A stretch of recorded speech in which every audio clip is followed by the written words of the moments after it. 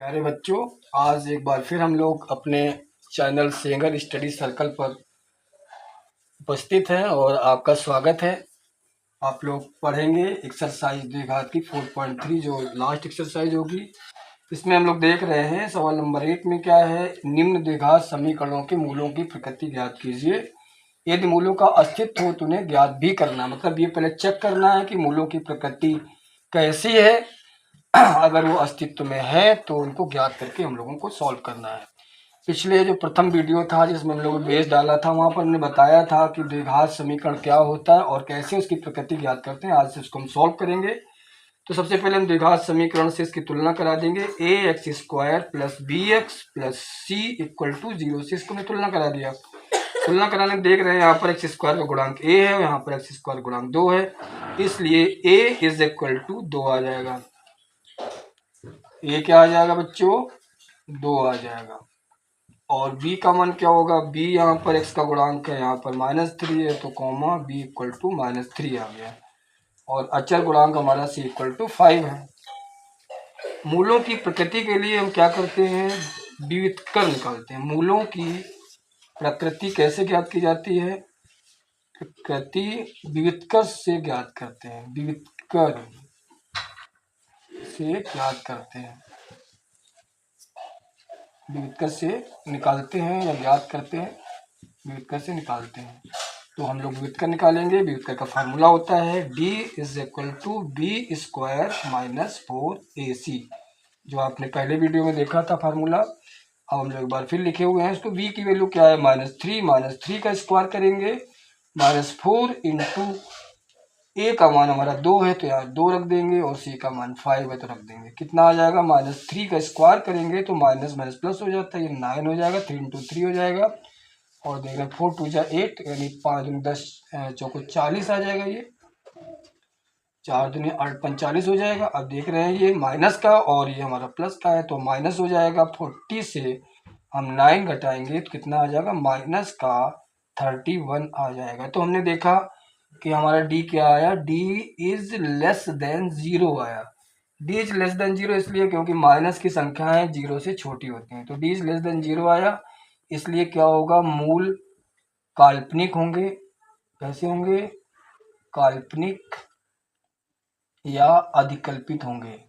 कैसे होंगे? काल्पनिक या अधिकल्पित होंगे, स्पष्ट नहीं होंगे। आप समझ गए हैं? तो ये हमारा पहला सवाल था। चूंकि अब काल्पनिक है इसलिए इनको हम सॉल्व नहीं करेंगे। अगर मूलों का आपका लक्षण से पता चलता है मूल अस्तित्व में है तभी उनको हम सॉल्व करते हैं। तो इस तरह से पहला सवाल हमारा हो गया। प्यारे बच्चों, हम लोगों का पहले का दूसरा सवाल है 3x square minus 4 root 3x plus 4 equal to 0 है। तो पिछली तरह से इसका भी हम कंपेयर कराएंगे। X square plus B x plus C equal to 0 से तुलना करने पर, तो तुलना से हमें क्या मिलेगा? तुलना से मिलेगा a की वैल्यू यहाँ पर आ जाएगी 3 और b की वैल्यू आ जाएगी -4.4 रूट 3 आ जाएगा। पॉइंट नहीं होगा, 4 रूट 3 होगा और c का मान हमारा 4 आ गया। तो अब इसका हम विविधकर निकालेंगे। इसका विविधकर क्या होगा? पिछले उसमें बताया कि लक्षण ज्ञात करने के लिए हम लोग विविधकर निकालते हैं। विविधकर को हम d से लिखते हैं, d इक्वल टू होता है बी स्क्वायर माइनस 4ac होता है। तो हम लोग लिख देंगे फार्मूला बच्चों। इसके बाद देखिए v की वैल्यू कितनी यहाँ पर है? -4 रूट 3 इसकी वैल्यू बच्चों। तो इसका स्क्वायर कर देंगे, -4 इंटू ए कितना है? ए है हमारा 3 और सी कितना है? 4 है। तो जब इसका स्क्वायर करेंगे, कैसे स्क्वायर करते हैं? देखिए -4 रूट 3 इंटू -4 रूट 3 करेंगे तो माइनस माइनस प्लस हो जाएगा, 4 4 जा 16 आ जाएगा और रूट 3 का 3 से कराएंगे 3 आ जाएगा, मतलब 48 आ जाएगा। कितना आ जाएगा बच्चों? 48। और यहाँ कितना आ जाएगा? 4 3 जा 12 और 4 से कराएंगे 48 हो जाएगा। 4 3 12 चौक 4 3 12 48 हो जाएगा, यानी 4 चौको 16 3 48। तो देख रहे हैं 48 माइनस 48 क्या आ गया बच्चों? 0 आ गया। तो यहाँ पर d क्या आ गया आपका? d 0 है, ठीक है। और इसलिए क्या होगा? इसके मूल वास्तविक होंगे, मतलब हल निकलेगा। पीछे वाले वीडियो में देखा था, सूत्रों में पढ़ा था, वास्तविक होंगे और आपका समान होंगे तथा मूल कैसे होंगे, समान होंगे। तो ऊपर कहा गया अगर अस्तित्व है तो हल कीजिए, ये कहा गया है हमसे। तो अब हमको इस सवाल को और आगे हल करना है। हमें क्वेश्चन हल करके इसके मूल ज्ञात करने हैं। तो हमारे पास अभी तक हम लोग श्रीधराचार्य फार्मूला था, हमने ऊपर देखा था a बराबर हमारा 3 था, b बराबर ये आपका -4√3 था, +4 था। तो हम श्रीधराचार्य फार्मूले से इसको सॉल्व कर देंगे। पिछली जो अभ्यास थे उनमें हम लोगों ने गुणनखंड करके करा था, इसमें श्रीधराचार्य सूत्र लगा के इसको सॉल्व करेंगे। श्रीधराचार्य सूत्र से क्या करेंगे, फार्मूला लिखेंगे। पहले फार्मूला बच्चों याद आ रहा होगा, पिछले अध्याय में हमने पढ़ा था। x = -b plus minus √b² -4ac अपान 2a, ये आपका फार्मूला होता है। आपके सामने फार्मूला है, अगर नहीं आपने याद किया है तो इसको याद कर लीजिए, बहुत ही ज़रूरी है। जब आपको फैक्टर ना प्राप्त हो गुणनखंड विधि से तो आप श्रीधराचार्य फार्मूला लगा के सॉल्व कर सकते हैं। तो हम लोग अपने यहाँ पर वैल्यू को रखेंगे। हमारा -b कितना था, माइनस लगा लीजिए, b की वैल्यू थी -4√3 थी बच्चों, और फिर प्लस माइनस लगा देंगे। और हमने ये निकाला था पहले विविधकर में, तो ये कितना आया था, 0 आया था। और अपान 2a का मान हमारा 3 है, ये हमने इस तरह से रख दिया। तो अब इसके आगे बढ़ेंगे हम लोग, क्या हो जाएगा, माइनस माइनस प्लस हो जाएगा, 4√3 आ जाएगा, और ये तो आपका 0 खत्म हो जाएगा, तो 4√3 ही यहाँ पर बचेगा, और ये हो जाएगा 2 3 जा 6 आ जाएगा। तो आप देख रहे हैं इसको इजी कर दिए, 2 से इसको काट देंगे तो कितना हो जाएगा, 2√3 अपान 3 आ जाएगा। तो इस तरह से ये हमारा जो है मूल प्राप्त हुआ, x का मान प्राप्त हुआ। चूंकि दोनों मूल समान हैं इसलिए आंसर क्या आएगा, हमारे मूल जो होंगे वो होंगे 2√3 अपान 3 और 2√3 अपान 3, ये मूल हमारे आएंगे। इस तरह से हमने सवाल को सॉल्व किया। ये पहले का थर्ड वाला सवाल है और का अब देखा यहाँ पे आपने क्या मूलों की प्रकृति हम लोग हल कर रहे हैं। तो जैसे पहले किया पिछले सवाल में वैसे इसका भी करेंगे। यहाँ पर इसकी तुलना करा देंगे बच्चों, ax² + bx + c = 0 से तुलना कराने पर हम देखते हैं a की वैल्यू आ जाएगी 2 और v की वैल्यू क्या आ जाएगी, -6 आ जाएगी। पहले हमने बताया कैसे करते थे कि अचर से c = 3 आ जाएगा। तो इस प्रकार से हमारे a b और c के मान प्राप्त हुए, कैसे मिले हैं, तुलना से मिले हैं, हमने तुलना किया हुआ है तब मिले हुए। इसके बाद हम लोग क्या करेंगे, विविधकर ज्ञात करेंगे। विविधकर, जब भी मूलों की प्रकृति ज्ञात करना हो आपको विविधकर d निकालना पड़ेगा। d = फार्मूला है b² -4ac। बच्चों तक याद हो गया होगा, अगर नहीं याद किया है तो आप याद कर लीजिए, बहुत ज़रूरी है ये। b की वैल्यू रख देंगे, b की वैल्यू है -6 का स्क्वायर करना पड़ेगा, और -4 × a की वैल्यू 2 है, इसकी c की 2 है, तो -6 का स्क्वायर करेंगे आ जाएगा 36, क्योंकि माइनस माइनस प्लस हो जाता है, 6 × 6 36 हो जाएगा। और ये क्या हो जाएगा, 4 दूनी 8 दूनी 16, 16 क्या, ये 3 है आपका, 4 दूनी 8, ठीक है 24 आ जाएगा, 24 आ जाएगा। तो 36 से आप 24 माइनस करेंगे तो 6 से 4 जाएगा, 2 आ जाएगा, 3 से 2 जाएगा, 1 आ जाएगा। तो हम देख रहे हैं कैसी वैल्यू आई बच्चों, प्लस वैल्यू आई, यानी d > 0। इससे स्पष्ट हो गया मूल कैसे होंगे, मूल वास्तविक और असमान होंगे। कैसे होंगे, वास्तविक यानी रियल होंगे और समान नहीं होंगे, असमान होंगे।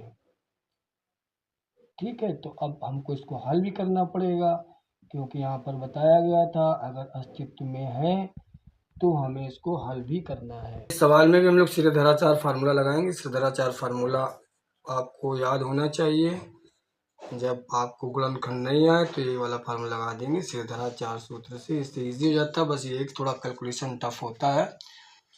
तो यहाँ पर हम क्या करेंगे, फार्मूला लिखेंगे, x = -b + -√b² -4ac। b² ये हमारा d है, विविधकर का सूत्र था, वहाँ पर मैं देखा था, और नीचे होता है 2a। ठीक है, और ये जो बटे की लाइन है आपके बराबर के बीचों बीच में आनी चाहिए, ऊपर नीचे नहीं आनी चाहिए, तो इसलिए पहले से इसे खींच लिया करिए। तो यहाँ माइनस है, b का मान क्या है, -6 है बच्चों। इसके बाद प्लस माइनस, इसका मान अभी हम लोगों ने निकाला था 12 आया था, तो 12 रख देंगे डायरेक्ट सॉल्व करने की जरूरत नहीं है और ये आ जाएगा 2 × 2 हो जाएगा बच्चों। ठीक है, नेक्स्ट स्टेप में हम लोग बढ़ते हैं आगे। माइनस माइनस प्लस हो जाएगा, 6 प्लस माइनस। अब देखिए यहाँ पर 12 है, 12 से कुछ बाहर निकल रहा है तो हम देख लेंगे 2 × 2 × 3 आ गया। ये 2 दूनी 4 तो अब 12 हो गया। तो इस तरह से हमने इसको नीचे गुणा कर देंगे, 4 आ जाएगा। x बराबर, तो ऊपर से देखिए पेयर बन रहा है यहाँ पर 6 प्लस माइनस अंडर रूट से पेयर हम पेयर का एक नंबर निकालेंगे तो 2√3 आ जाएगा। ये नीचे बच्चों कितना आ जाएगा, 4 आ जाएगा। अब देखिए इसमें कुछ कॉमन भी दिख रहा, इजी कर देंगे इसको। इजी करने के लिए कॉमन लेना पड़ेगा, तो 2 3 जा 6 यानी 3 आ जाएगा, प्लस माइनस √3 आ जाएगा बच्चों। इसके बाद देखिए 4 है ये, तो 2 से इसको डिवाइड कर देंगे। 2 × 2 2 2 4 यानी 2 × 1 2 2 दूनी 4। तो जब हल करेंगे तो क्या आ जाएगा, 3 प्लस माइनस √3 अपान 2 आ जाएगा। तो आप देख रहे हैं अभी फाइनल आंसर हमारा आ गया है। यहाँ पर इसके दो मूल हैं।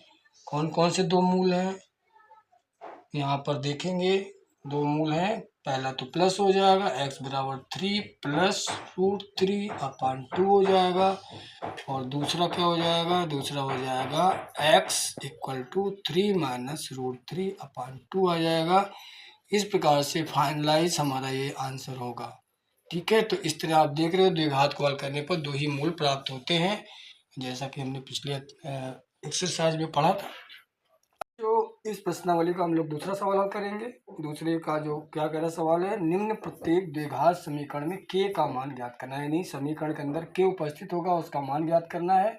और दिया गया कि इसके दो बराबर मूल हैं। तो पिछले वाले सवाल में देखा तो बराबर मूल होते विविध कर क्या 0 होता है।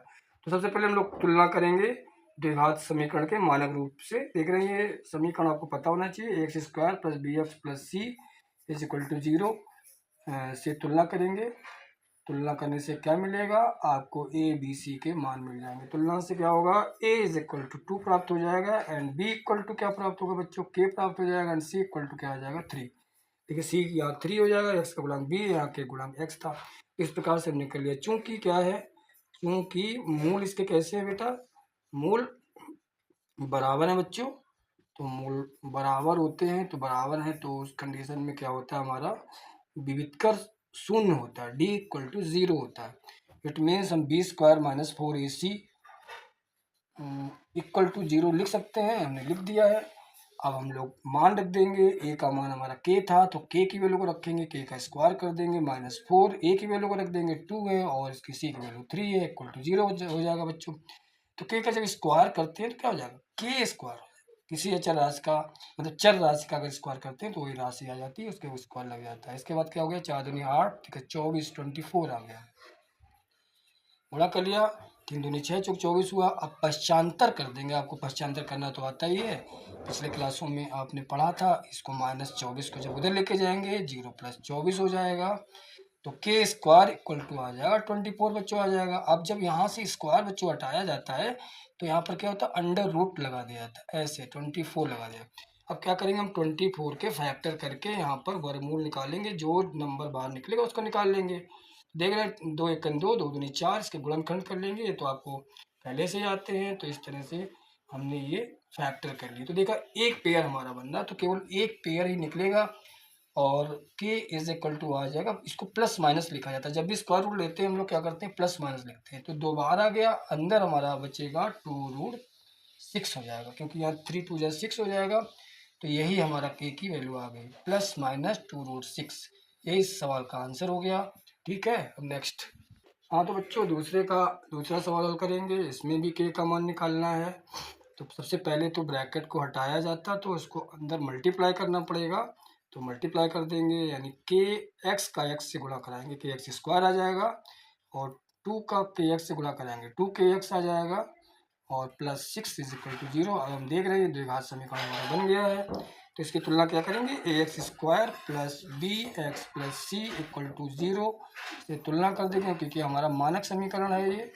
तुलना से क्या मिलेगा हमको, तो देख रहे हैं a बराबर मिल जाएगा k, एक जगह k आ जाएगा, b की जगह पर -2 आ जाएगा, -2k आ जाएगा, और c की जगह पर हमारा आ जाएगा 6 आ जाएगा। इस प्रकार से और चूँकि अभी हमने बताया पिछले इसमें सवाल में कि मूल समान है यानी बराबर है, चाहे बराबर को हो चाहे समान को हो, एक ही चीज़ होती है, मूल बराबर है। तो जब मूल बराबर होते हैं तो आप जानते हो क्या होता है, d बराबर 0 होता है। d का फार्मूला होता है b² माइनस 4ac बराबर 0 होता है बच्चों। अब क्या करेंगे, v की वैल्यू रखेंगे, v की वैल्यू हमारी देखिए -2k है, -2k लिख देंगे और इसका स्क्वायर कर देंगे ऐसे। और यहाँ पर क्या कर देंगे, 4a की वैल्यू हमारी है k, तो यहाँ k लिख दीजिए, 4k, c है 6 = 0 आ जाएगा। जब इसका हम स्क्वायर करेंगे क्या हो जाएगा, 4k² हो जाएगा बच्चों। और इसका गुणा करेंगे 6 चौक 24k हो जाएगा। तो ये इस तरह से हमारा देखिए फिर द्विघात टाइप का समीकरण आ गया। तो इसमें हम देख रहे हैं कुछ कॉमन मिल रहा है। क्या कॉमन मिल रहा, 4k कॉमन मिल रहा। 4k कॉमन निकालेंगे तो यहाँ पर देखिए 4 निकल गया और k निकल गया, एक k बच गया। और यहाँ पर k तो निकल आया, 4 का यहाँ भाग कराएंगे, 4 छंग 24। तो इस तरह से हमारा इसका गुणनखंड प्राप्त हो गया। तो दो गुणनखंड है, एक 4k और एक k-6 है। जब 4k = 0 है तो k = भी 0 आ जाएगा। तो ये मान तो सही नहीं है, मूल 0 हो गया। यहाँ पर देखिए तथा k - 6 बराबर 0, तो k बराबर 6 आ गया।